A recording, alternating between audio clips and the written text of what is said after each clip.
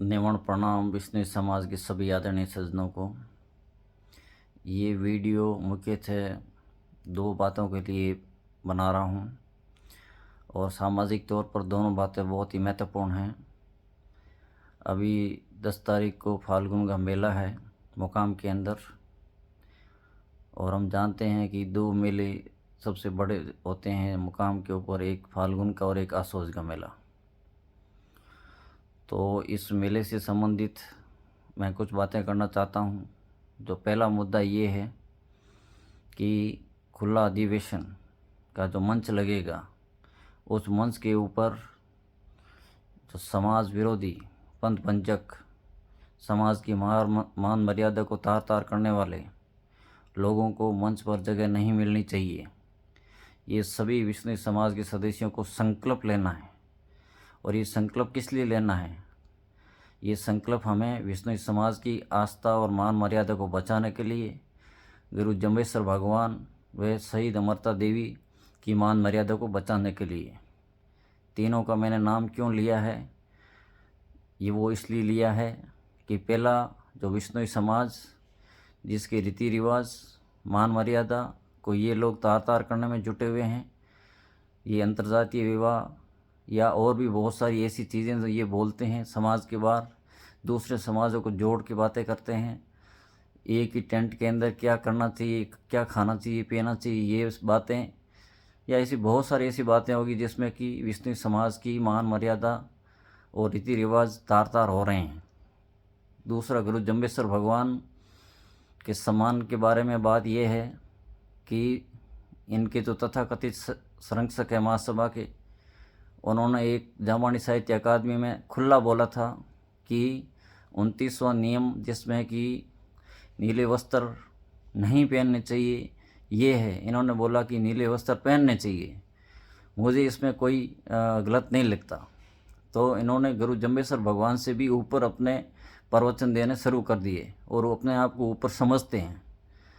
तीसरी जो मुख्य बात यह है कि अमृता देवी से संबंधित उनके सम्मान गए। तो शहीद अमृता देवी शहीद हुई थी खेजड़ियों की कटाई को रोकने के लिए, खेजड़ियों को बचाने के लिए, पर्यावरण संरक्षण के तहत। लेकिन इसी महासभा के संरक्षक ने एक खुली चिट्ठी केंद्र सरकार को लिखी और उसमें ये बोला गया कि अमृता देवी शहीद हुई थी बकरियों के लिए। बकरियों का चारा देने के लिए खेजड़ियों की आवश्यकता होती है, इसलिए वो खेजड़ियों को बचाने के लिए शहीद हुई ताकि उनकी बकरियां बची रहे और उनका गुजारा चलता रहे। इतना घिनौना शब्द इन्होंने वहाँ पे प्रयोग किया था। अब दूसरा मुद्दा ये है कि ये जो दो मेले होते हैं इसमें बहुत सारी दान राशि आती है और उस राशि का कोई लेखा जोखा ये लोग कभी भी विष्णु समाज के सामने नहीं रखते हैं। ये लोग क्या करते हैं कि जितनी भी दान की राशि आती है उनको कट्टों में भरते हैं और ऊपर अपने कार्यालय में लेके चले जाते हैं। तो मेरा कहना ये है कि जितनी भी दान राशि आती है वो दान राशि विष्णु समाज के आमजन, प्रबुद्धजन, संत समाज और इनके जो भी सदस्य उन सब के सामने समाधि स्थल के ऊपर मंदिर के अंदर सीसीटीवी कैमरे के सामने उसकी एक एक पाई की गिनती हो और उसको लाइव प्रसारण किया जाए। एक एक विष्णु समाज का सदस्य देखे कि यहाँ पे कितना दान आता है। आज तारीख तक जब से ये मंदिर बना है 1 रुपये का भी इस तरह से इन्होंने कोई भी काउंटिंग या इनका लेखा जोखा नहीं किया है। ये सिर्फ क्या करते हैं कि पैसे ऊपर ले जाते हैं, अपने हिसाब से गिनते हैं, कितना इनको बताना है कितना नहीं बताना है वो इनके ऊपर निर्भर करता है, और उसी को ये कह देते हैं कि हम लेखा जोखा देते हैं, जबकि वो गलत बात है। कोई भी व्यक्ति अगर पैसों को छुप के गिनता है और उसके बाद अपनी मर्ज़ी से बताता है तो उसमें ज़रूर झोल होता है, और ये झोल करते हैं। तो ये बंद होना चाहिए। अगर ये लिखित रूप से या वीडियो बना के महासभा का अध्यक्ष इस मेले से पहले नहीं बताता है तो सभी विष्णु समाज के लोगों से मेरा निवेदन है कि 1 रुपये का भी दान वहाँ नहीं दें, क्योंकि ये दान बहुत ही गलत जगह पे जाता है। ये लोग इसका बहुत दुरुपयोग करते हैं, समाज के विरोध करते हैं, जिससे कि समाज के अंदर कुरीतियाँ बढ़ती है।